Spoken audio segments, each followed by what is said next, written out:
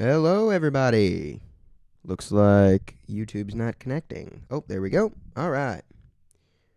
Welcome to the Tyler Talks Podcast, episode 22 live stream. If you guys were able to stop in on the earlier one, you probably noticed that I had to cancel the upload because of one specific thing. And if you were here while that happened, I'm very sorry. Very, very sorry. I'll leave his phone number in the description so you can ridicule him. If you guys probably saw in the title, it says Elvis movie spoilers because we will be discussing the Elvis movie as I did watch it yesterday, considering the poster, and we'll be talking about that. We're going to be working on a new thing for Channel 17, and you'll see what that is in a minute. Talking about the new studio, the new set, and all of this stuff. So, starting with, we'll do the Elvis movie last because that's going to take a long time.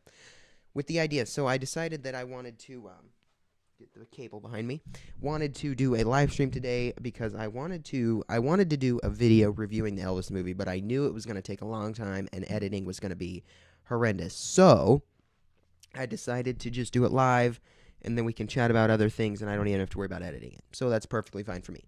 So I set up this whole setup. If you saw on Instagram the setup, it took me a minute, but I got it going. We're doing good.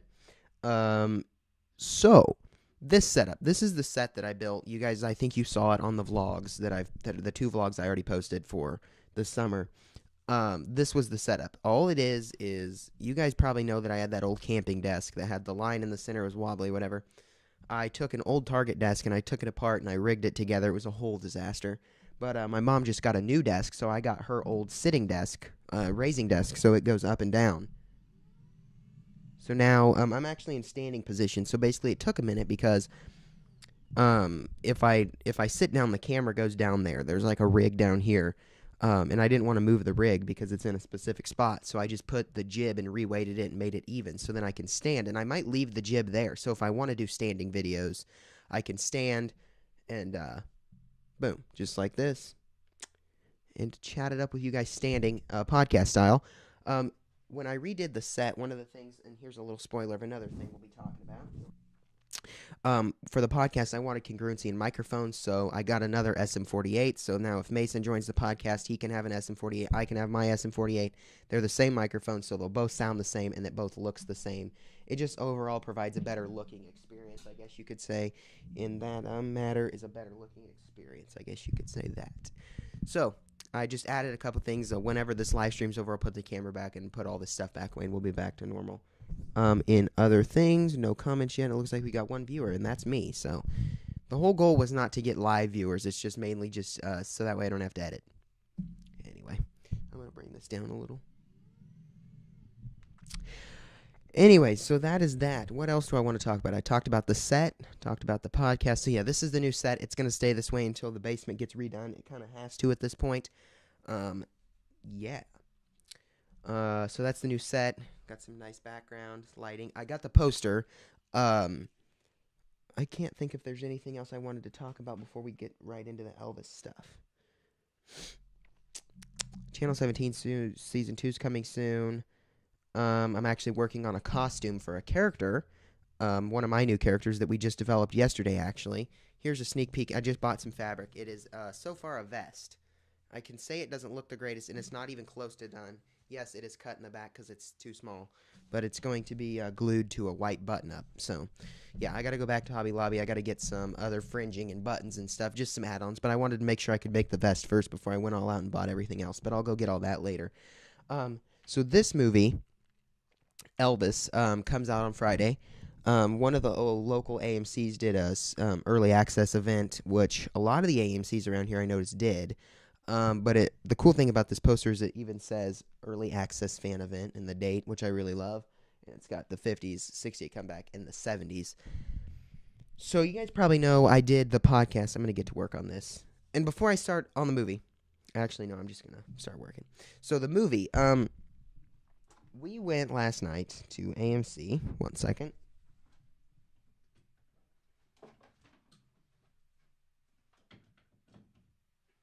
Sorry, my thing. These cables, I just threw all this together, so it's an absolute disaster.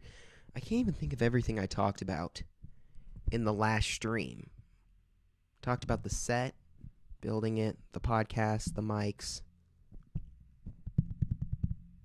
Got the free poster. If you guys did not know, I work at a movie theater. Not AMC, but I work at a movie theater. And I'm actually going to be getting a big version, like an actual movie theater version of that poster. This one here, a 68 special poster that I'm going to be framing and putting in my room. And I got like 11 of these things, so I'm going to frame one of them and then post them.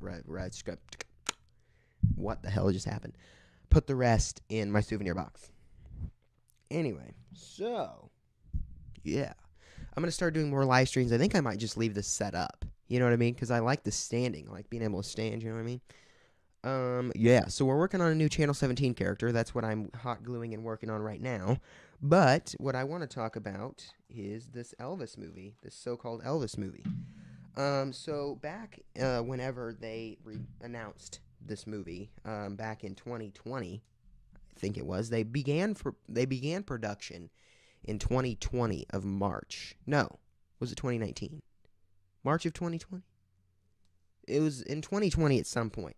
Now, Baz Luhrmann, which is their director, and Austin Butler, who plays Elvis, obviously had to go through extensive research, prep, training, all that stuff. By the way, if you did not see the title or the description of this video, this video will contain spoilers of the actual Elvis movie. So if you do not want the movie spoiled for you and you're waiting to watch it, do not watch this live stream right now. Come back and watch it after you watch the movie because it will contain spoilers and keys into the movie. So yeah, just forewarning you because I don't want people to get upset. They're like, hey, you didn't warn us, so I'm warning you now.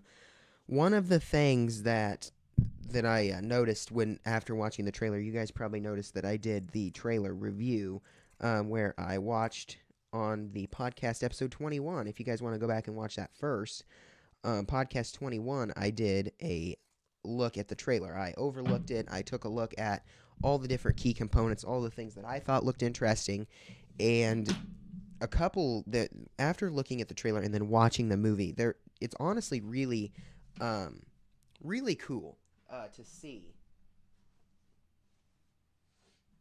see what the actual what I was thinking and then what the actual movie outcome was. Now, my parents are not huge Elvis fans. I'm really the only huge Elvis fan in the family, except for like my Mason, his grandma and grandpa are huge Elvis fans. So it's pretty much just me here. So I didn't really think my parents were going to want to sit through the entirety of the movie, being 2 hours and 40 minutes long. And my parents both came out of that theater saying that it was honestly really good, and oh, crap. And by the way, I'm probably going to cuss a couple times because I will burn my hands on the hot glue, just so you all know. So I and going into it, I knew that after watching the trailer, I was like obviously concerned because, when any biopic is made out of your favorite person, it's no guarantee it's going to be good. Just like with Rocket Man with Taron Egerton or whatever his name was, who played Elton John. There's no guarantee that any movie's going to be good, especially when it's a biopic discussing the life of, a huge, huge, huge icon.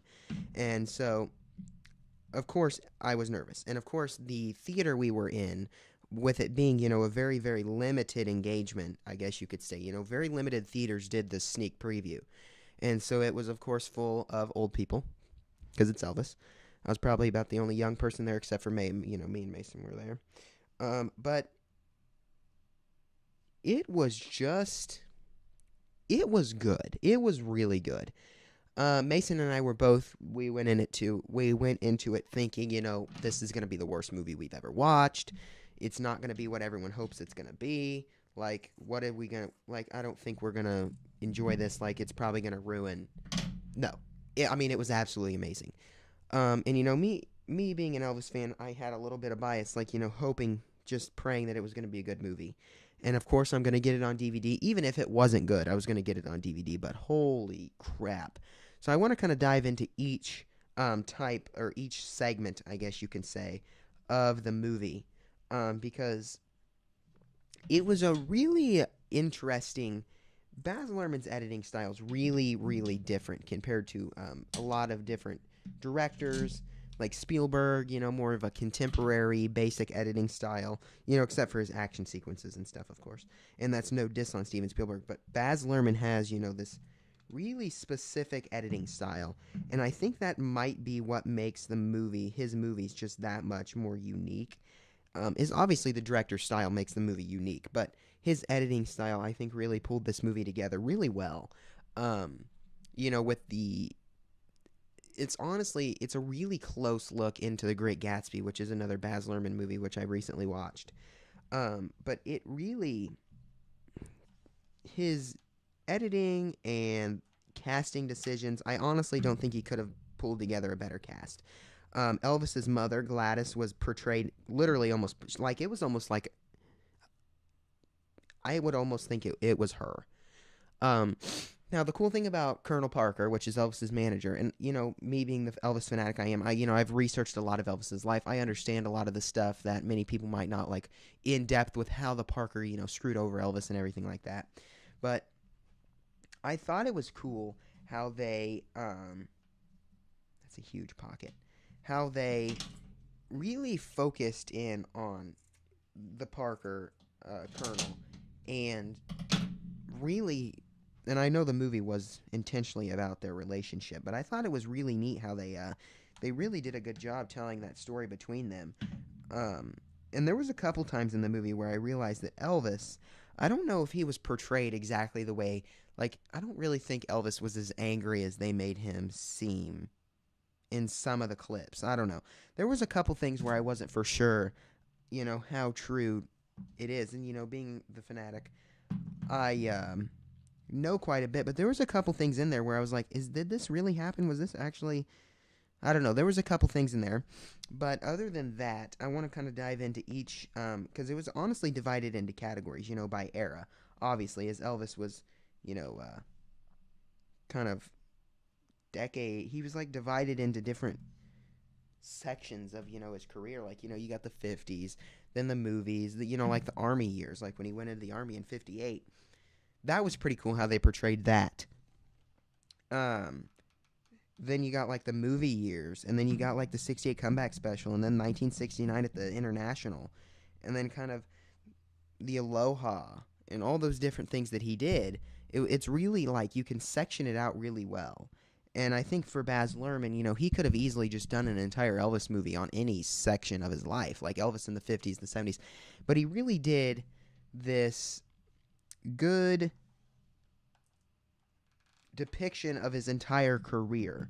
And I think that's something that all of us Elvis fans were wanting. And if you're an Elvis purist, this movie is going to be hard for you because, things aren't exactly like true to like Graceland. Graceland's very, very, very close to the actual thing. The pink Cadillac's a little odd in color, but other than that, it's really just fantastic. So in the 50s, there was a couple things in the trailer I watched that I was kind of stumped about. And one of those was in the very beginning, you'll see Elvis leaning up against a pole in the carnival. And one of the things that I was wondering was, what is the clown that flies across over his shoulder? I was like, that has to have something to do with the story. And going into this, I kind of had that mindset of like, all right, here's the things that I was thinking about. Like, let's see what actually happens here, what I was thinking compared to what I was thinking. And with the clown, all that was the head of Colonel's cane. That's all that was. The clown was the top because Colonel Parker was a carny. He worked at the carnivals like that. And so that's what that clown was just the little head of his cane. All it was. And you notice that throughout the movie, he's got different cane heads. Like one, he had an elephant. He had the clown. He had another, I want to say it was a lion maybe even. I can't fully remember. It was like 11 o'clock last night I watched this thing. So I don't fully remember all the little bits and details. But then you had the cane. So then I want to talk about probably the best part of the entire movie. And that is the 68 comeback special. Holy crocus. This was about the most amazing part of the movie. They depicted the 68 comeback special just about perfect. And the 50s was great. I would say the 50s had a little bit of improvement. Could have used a little bit of improvement. But, oops, my cord's a little short. But other than that, the 50s, all in all, really did depict, what Elvis did and how he became what he was. And one of the things that I was kind of thinking about is the church revival scene. It's even in the trailer. Did that really happen? Like, that's one of the things I really want to know was, did that actually happen? Like, did Elvis really go into a revival like that? And is that, like, I know Elvis's music evolved from African American blues, jazz, all that stuff. But was it really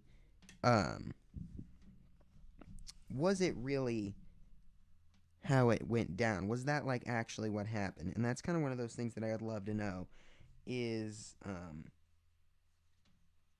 was that an actual event? And that's one of the things that I was not sure about because I didn't read that much. Like, I read Elvis books and such, but that was one of the things that I wasn't for sure about. So that was pretty cool. So moving through the 50s.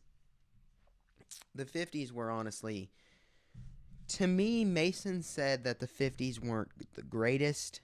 I personally think the 50s were really good. I thought they were great. And, I would obviously say that it could have used improvement in some areas, obviously, as every movie could. But altogether, I would really say that it was well depicted for the 50s specifically. Then we had the movie section. So the movie section was rather small. It was really just a depiction of Viva Las Vegas was in there, A Little Less Conversation, Bossa Nova. There was a couple other ones, but not like any of the major movies. It was really only just the his more popular ones, which is what I figured would have happened. Like, that would only make sense to me as if you covered, like, the most famous, like, everyone's gonna know movies kind of thing.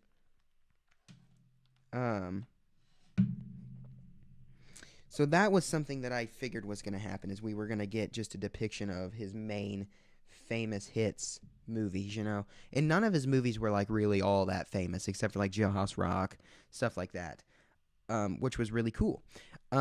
So the little sequence he did for the movies was actually really good, and it was something I wasn't expecting. With the movies being, a really big, like, important role in Elvis's career, but also not something that people talk about often. So I didn't really know, like, how that was gonna go. Like, that was one of the things that I didn't have any idea about, and that's one of the things we didn't see anything of in the trailer.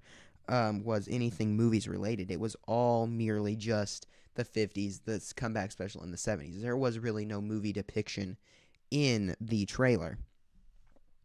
So that was something really neat that I recognized, that I thought was pretty neat. So then I want to kind of dive into the 60 comeback special. And Austin Butler did a fantastic job. I mean, like, I don't really know. And obviously I'm going to say this because I watched the movie, and that's, obviously what happened. But I don't think Baz Luhrmann could have picked a better cast. I really don't, especially for Elvis. And if you guys know, I'm a huge fan of Dean Z. He is an Elvis tribute artist down in Branson, Missouri. He does shows all over. But one of the things that he posted on Facebook about was the fact that he was the voice of Elvis when they pitched the movie to Warner Brothers. And I thought that was awesome. Like, my favorite tribute artist, Dean Z, I've met the guy, friends with him on Facebook, all this stuff. And he is the guy that voiced Elvis in the pre-production version or in the pitching of this movie to Warner Brothers. So I thought that was pretty neat, how he voiced Elvis. Like, that was pretty cool.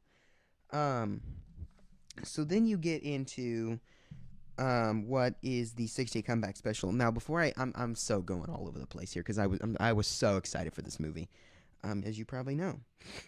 So one of the things about the 50s that I noticed was really, you can tell Tom Hanks, Colonel Parker, his ambition to get Elvis. Like, he had this really strong ambition that he was going to be the manager to Elvis Presley. And you can notice that in the movie, and I really think Baz Luhrmann did great with that, depicting that. The idea that this guy is chasing him around. He was about to go on the Louisiana hayride, and he was outside, he was sick, puking in the trash can. Gladys was trying to get him to calm down because, he was this nervous wreck. Like, he had never done this before. Girls were going crazy over him, so he was, like, concerned, is he going to die? Like, all these different things. So that was a really neat thing, and you can see how, like, Tom Parker is really concerned that, you know, this guy, so-called like famous up and coming entertainer, is sick. You know, he really wants this guy. Like, he knows, like he says, it's his destiny, and he knows that that is going to be the guy. Now, does Elvis know at the time that he's going to be screwed over? No, and that he finds that out later. So then whenever the 50s, you know, that's really kind of discussing them. Another thing, I can't remember, and I'm pretty sure it was, but I honestly don't remember specifics, if the Ed Sullivan Show was covered in it. Because before I was coming down here to pre-plan, when I was pre-planning this video, because originally I wasn't going to live stream it, this was just a spur-of-the-moment idea, was, what was I saying? Oh, yeah, the Ed Sullivan Show. I don't remember if it was specifically shown in the movie or not. And that was one of the things that I was trying to think about before I came down here, was like, was that in there? I'm pretty sure it was. I know for sure the Milton Berle show was in there, because he talked about it when he was at Lansky getting fitted for clothes. He was on a bench sitting next to B.B. King, I think it was, and he was talking about how he's got to go on the Milton Berle show. That's what he needs the clothes for, and then that's what he buys that pink checkered suit.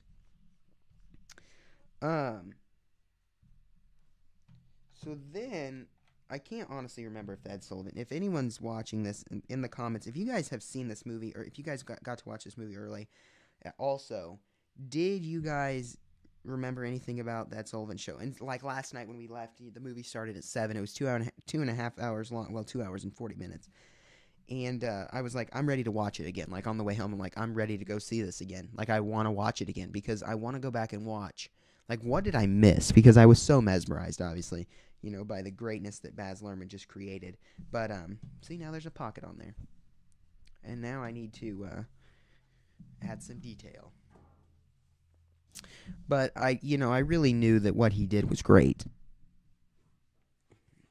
And so that's why when I saw that free promotional poster in the description, I had to have that. Anyways, so when the 50s are over, which I really liked, and you know, it transitioned really well from the 50s, and then they kind of talk about how, you know, they're going to put him in jail, he's going to die, and so in order to not go to jail, he had to join the army, and that's what Colonel's idea was for him to go to the army. So he went and did this whole big 2-year army thing, and at that point he comes back from the army. I can't remember for what reason it was in the movie. There was something specific, and so for that reason he came back, and he realized, like, hey, my career it's dying, and they all recognized it. Colonel said it was in the trash, I think was one of the things that he said.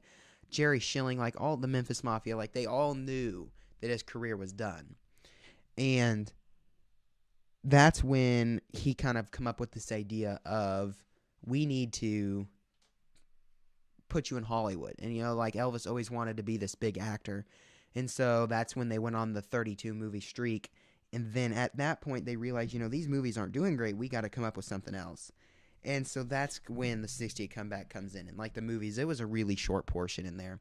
And that's probably why, you know, there's not really much to the posters of the movies. And I really think that it would have been neat to dive deeper into the movies, like, you know, where they came from and how he did that many and all that stuff. That would have been cool to see.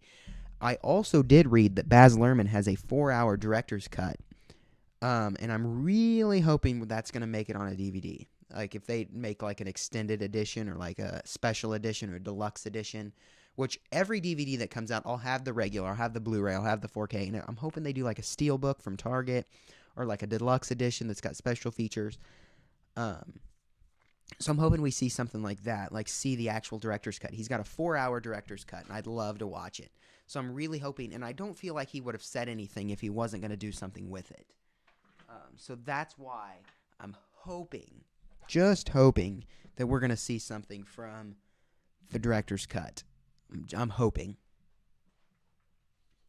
So in that, you know, and that very well, nothing may happen with the director's cut. And, you know, oh, whoa. That was weird. Whatever just happened there. Oh, I'm not even recording either. Surprised the camera hasn't shut off yet. I'll start recording. So yeah, that's something really cool that I hope to see eventually is the director's cut of the movie. And I think we will. I think we'll see something with it. I think he's going to do something with it. But we don't know yet, so we're not going to get too excited, but you never know. So then we transition into the 68 special, and there was a lot covered in there. And Mason and I both agreed that was probably the best part of the movie. They went so in depth, so detailed, so perfect with the 68 comeback special shot wise. Like the shots they got were so close and they matched so well that when they put it together, it was almost as if you're watching the real special. When they recorded like the gospel section, the If I Can Dream section, like all those special things. But the coolest thing I think about the comeback special that I loved the most was how they included the original Christmas portion. Because if you guys don't know, the 68 comeback special was originally going to be a Christmas show, and that's why it was done in December. But Elvis hated that idea and decided he's going to do what he wants. And that's when the idea was that he was going to play his favorite songs. And, that's one of the things that he talks about in the movie is how he's doing it for him and he's playing the songs that he loved. So that's what he does. And that's why we see a lot of his famous songs. You see the Heartbreak, Hotel, Hound Dog, All Shook Up medley at the very, very beginning, which was so cool. On point hair, sideburns, the suit, the guitar, the stage, the set, all of it was fantastic. The original Christmas idea, and I loved how they worked comedy into it. Colonel Parker was this hilarious character in this movie.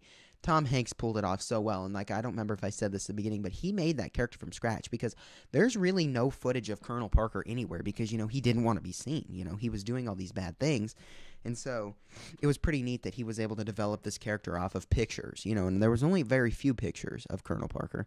So it was really neat that he was able to develop that off of that movie, just off of what he had. So it was all around a really, really important job for all these people to do that. So give me just a second. I need to 1 minute.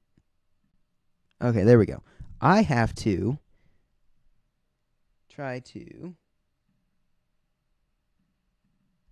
see if this works. No. Hang on, guys. Trying to add this thing in here.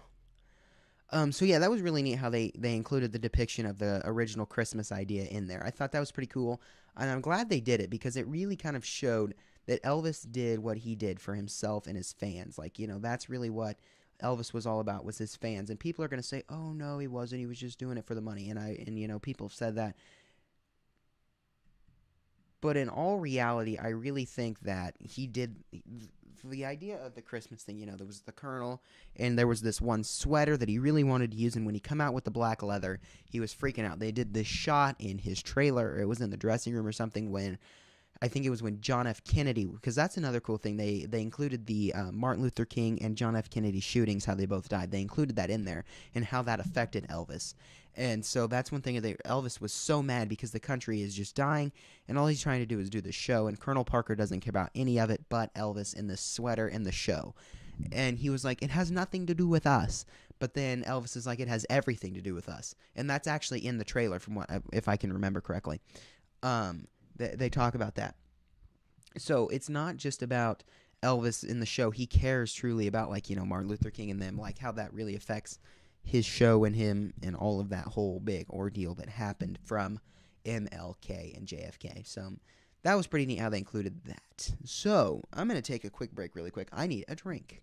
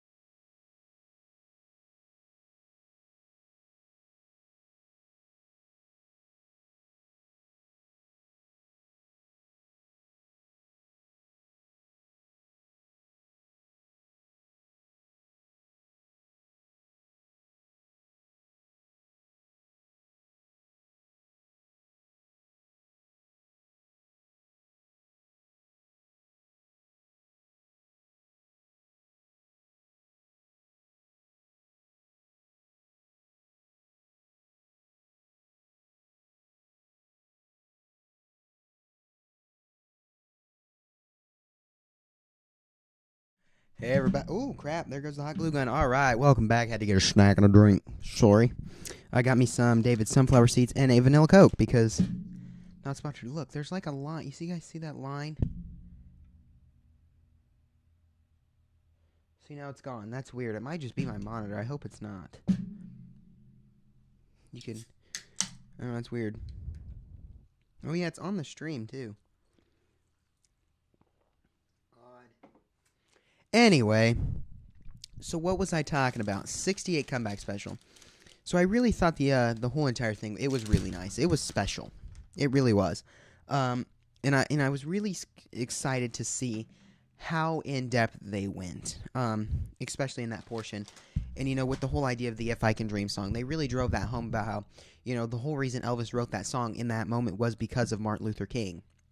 And so that was a weird noise. That was really cool. And they really showed that because I know, like, after that happened, they were all talking, and then that's when they cut to him in the white suit, and then they start playing the song, and it was really good.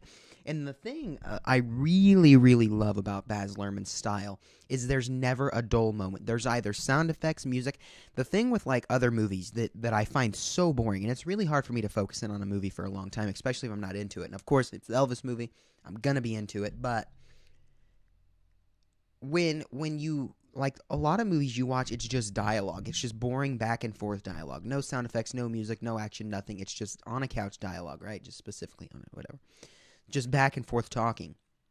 With Baz Luhrmann, there was very little of that. And I'm not saying that's a bad thing. I'm saying that's a good thing because with Elvis, I don't feel like his story should be dull. He's such an interesting, and he's got such a good story that I don't think that a minute of that movie should have been dull, and it wasn't. And that's one of those things that I think was fantastic about what he created, is that it was always had his music in the background, remixed music in the background, very little dialogue, and in there, if there was something happening in the background that was either sound effects or music, and it made it just perfect. And people are like, oh, well, the whole thing that ruined it is Baz Luhrmann's editing style. And you know what? You could say that. And, I would say the movie would turned out a lot different had Baz Luhrmann not directed this movie specifically. But I think that, though, that he did is what made it what it is. And that's one of the things that I loved about that movie specifically, is the fact that he took his style and turned this movie into something that we were all afraid of, and it was absolutely fantastic. So that is one of the things that I say Baz Luhrmann did a great job with. So that really, really good. So, now we're going to move through into the 70s, and then I'm going to do an overall recap, because I posted a lot on it, and I was really excited for it. So we're going to do a little recap after the 70s. So the 70s was another era that I really think was driven home really well. There was a really good, it really got emotional there, during the 70s between Priscilla and Lisa, because, that's really when Elvis really relied on the drugs at that point, was, right after his big old run at the International Hotel, which they showed a lot of. It really showed that he was relying on the drugs. There was, if he wasn't on stage, he was on drugs, you know what I mean? And even on stage, but when there was a moment when they were all at the airport, he was about to get on the Lisa Marie to start. I can't remember where he was going, but it showed Priscilla and Lisa like they were all so sad because, Elvis is about to leave them on this big tour, which was the idea, and it was really a strong moment. They were all at home at Graceland, and they actually showed the upstairs, which I thought was pretty crazy. Obviously not the real upstairs, but, recreated in their soundstage. But it was the depiction of Elvis and Priscilla fighting because, Priscilla wasn't happy that he was on the drugs. She knew Elvis was deteriorating, and so what she was trying to do was get him to stop. And that obviously, didn't work, and she threatened to leave him. And then they show them running down the stairs. Elvis is like, sobbing because, she doesn't want him to leave him. And so there was this whole big moment. She's like, I have to leave. And then that was when Elvis broke down, and it was a whole big thing. And eventually it was all good. But what is these weird noises? It was a really special moment there in the movie with the 70s that I thought was pretty cool. So then they transition after the whole international concho suit, big thing, the chain suit, which with Austin Butler completely. I mean, he above and beyond performance. Why is there? Oh, that's wig hair all over my. There is wig hair all over my shock mount now, or my mic arm. That's great. That means it's gonna be all over Mason's microphone over here. No, not bad. Close. So, the 70s really was driven home. This is the concho suit here, which is from the Vegas performances. And that was really good. Yeah, that was pretty good as well. And, from like the 68, from the movies portion on, the 50s was still really good, but I would say it was probably my least favorite out of all the different segments of the movie. And, it really reminded me of like a Elvis tribute art, like specifically Dean Z's show. It's just a big, like, going from the 50s to the movies to the 60s, come back to the 70s. Like, it was almost as if it's like a tribute show, like a tribute concert in a movie form telling his story. It was really good. And I've said that like 65 times. Guys, you don't know how excited I am about this movie. So that was really the thing. The thing. Jesus God. Too much coffee this morning. So then it kind of talks about when, after the whole run, like, what are we going to do? Whenever he kind of lost his thing at the International, what are we going to do? Then it kind of does a really, really, really short look into the Aloha special. I mean, I want to say it was like 2 minutes long. And it really just talked about how Colonel was going to televise, he was going to put on the first ever broadcasted via satellite concert from Hawaii to all these people in the world. Now, this is like the second or third most watched televised program in the history of the world. I know, like, the moon landing was 1, then one of the Super Bowls is 2, and I think Elvis is 3. But it was like 1.5 billion people all at once watching this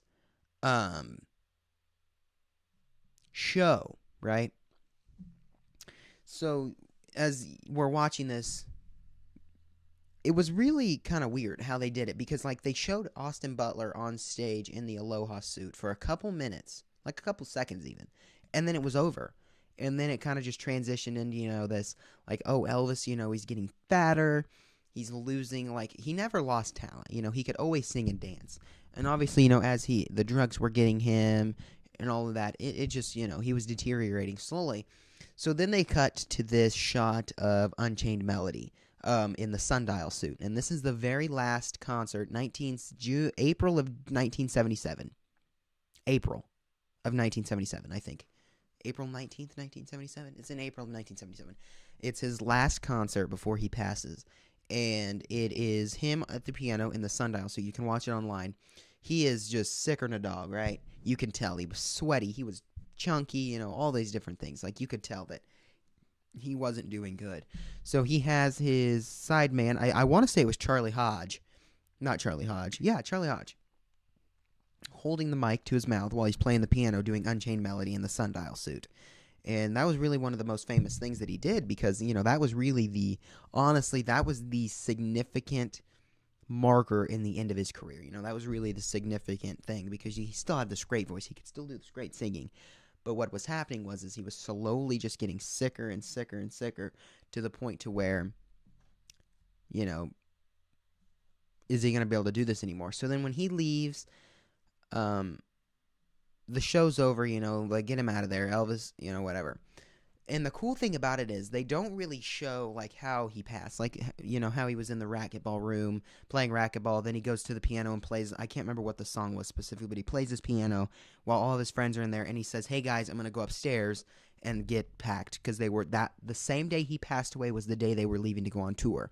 And so he went upstairs to go pack and stuff. He told his, I want to say it was Ginger Alden at the time.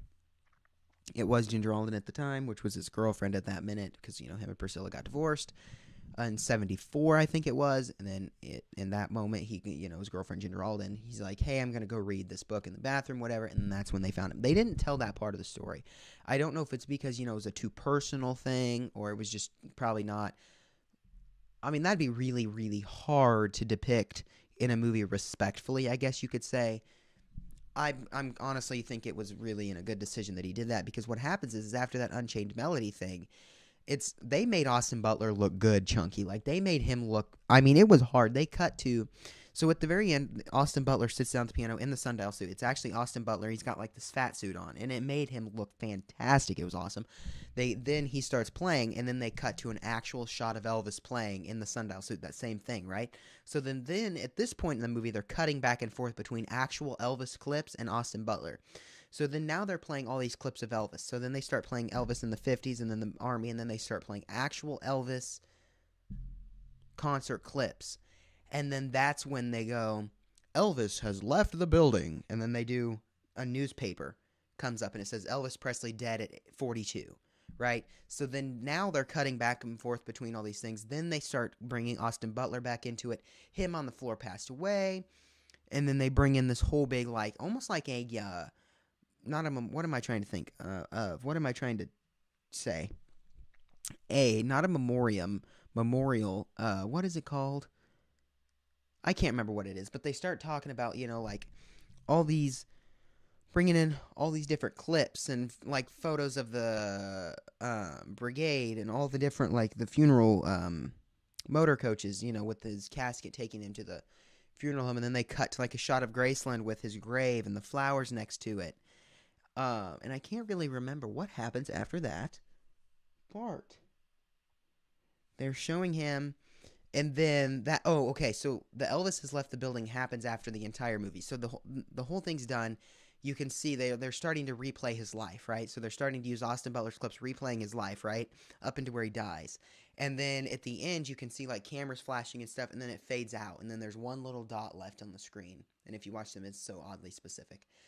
That's when they say Elvis has left the building, and then they start playing its music with words on the screen, talking about how Colonel Parker, screwed him over. Then talking about all the different things that he did. Then it goes into saying, Colonel Parker lived the rest of his life in poor health and wasting all of his fortune in casinos.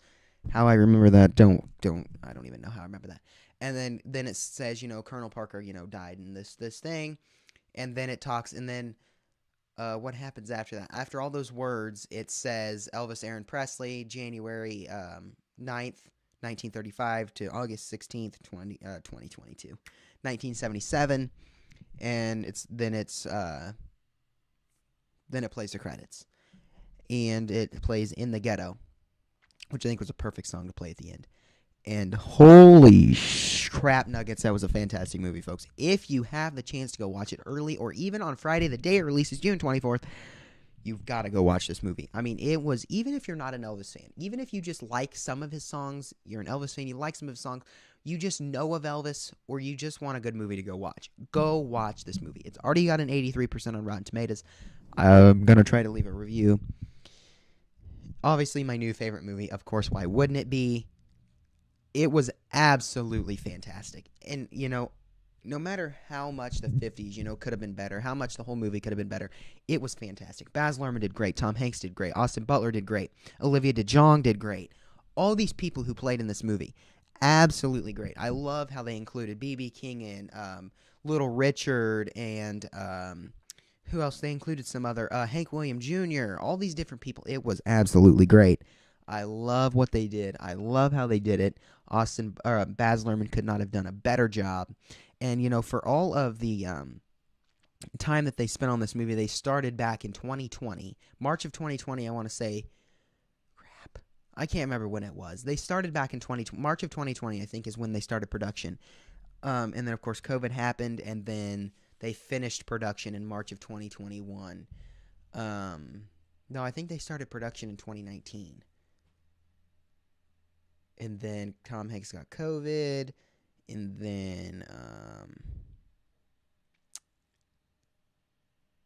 let's see. So then, filming ended March of 2021. So that means from March of 2021 to now, they've been editing that movie, and I can't believe how well they put it together. And I'm hoping we see some with the director's cut. I hope we see, and another cool thing I saw at the very beginning of the movie, and I'm assuming they're going to put this on the DVD. I think it's just a general, like, this is in every film. They put it in there. But before the movie even starts, they're running through interviews and pre-production footage, which I thought was fantastic. the whole movie opens with this big interview section where they interview Baz and Tom and Austin, like talking about, you know, what went into their roles, like a little behind the scenes. And then that goes into a pre-production of That's All Right Mama. So that's going to be Austin Butler and the band sitting on the stage just singing. Of course, just testing the song, you know, just test footage. So that was really cool how they included that. The way the movie starts is a little kind of like all over the place, I would say. But I definitely think that if that didn't happen, the movie would have been a little slow, like giving the backstory. And, you know, I don't think that you need to know all about Elvis's life to understand the movie, but I think you need to have some sort of concept because, like, people might not know what the 68 comeback. Now, like, if you know of Elvis, I'm sure you know what the 68 comeback special is, but people might not understand the whole Christmas idea, you know, and, like, that's the thing with movies is you shouldn't have to have a whole bunch of background knowledge to understand it. But I think with, like, Elvis specifically, even if you made the best movie possible, you would have to have some sort of background information, you know, like to understand the whole idea of who the people are and what they are and the idea of what a lot of that is. And Elvis is a very iconic, famous person, and you don't have to know a lot to understand him, but you have to know a little bit to understand the movie, I guess you could say. You know, either way, they did fantastic. They did as good as they could. As a matter of fact, I'm going to pull out some of my little stuff off to the side here just for fun, just to talk about it. So here are the Funko Pops I got. I'm going to go ahead and pull this off for now. I got to finish that a little later on. I'm just going to bring out some of my memorabilia, because why not? Got plenty of it. Might as well show it off a little. So, here is one of the Funko Pops. See, look, there's a line right there. You guys can see it in front of the Funko Pop. So this is the 68 Comeback Special, the exclusive. It's glitter. It's like real shiny. Yeah, see there? You can see it. My hand, you see how like weird that is? Yeah, I'm not sure what's happening. Hopefully the camera's not broke. That'd be really bad. There's that one. Then I've got the other 68 Comeback. I don't want to pull them all off, actually. I got this huge Pez dispenser. I got the other Pez dispensers. I got figurines. I got posters. I got all kinds of crap. But, yeah. But I can't wait. The movie theater that I work at, they start showing the movie on Friday, obviously, and then after that I should be able to get my poster, which I'm going to frame and put in my room. Now, I know they made promotional posters. Like, this is the main one I've seen, but, like, they made the posters of these two as well, but my movie theater and AMC also didn't have them, so, and I'd love to get all three. And I think there's 4. Give me just a minute. I want to say there's 4 posters.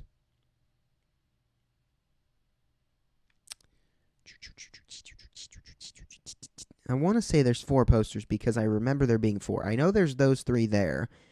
And maybe the 4th one was just like a random test. No, that is the 3 of them. Dang. Yeah, so this is like the full-size version of that poster.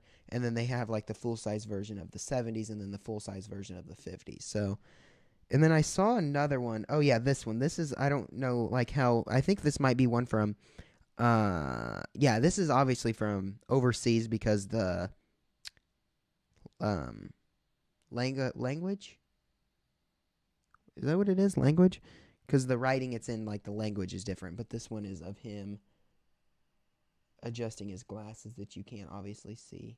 See, like, what is this line? Yeah, you're not going to be able to see that because it's even overexposed on the actual photo itself.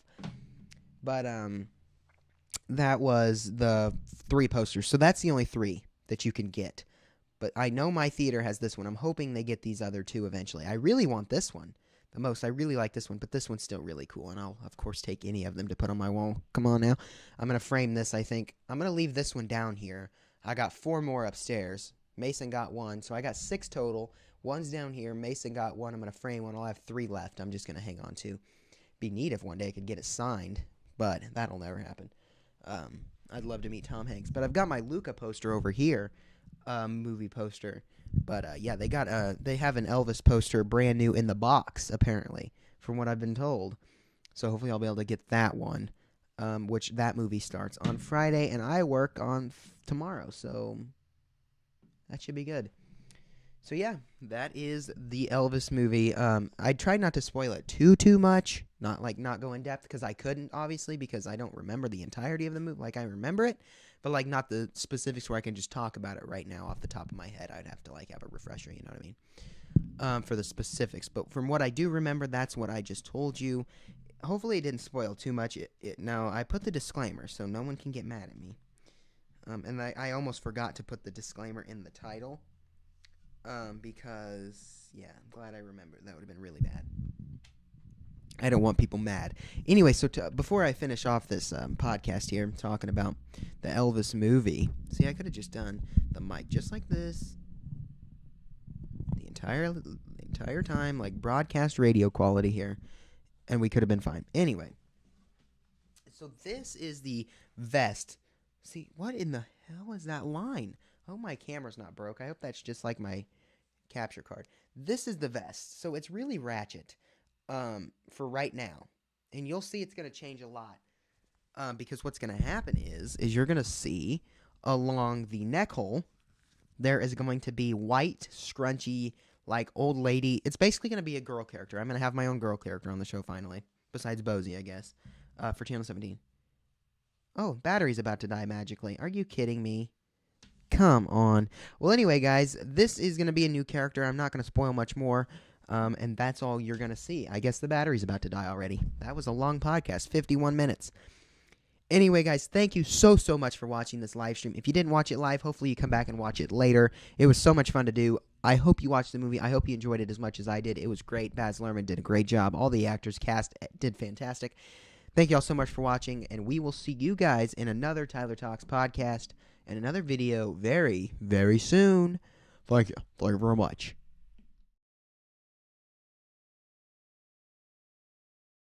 Did you like my little impression I did there? That was pretty good, right? I thought it was great. Like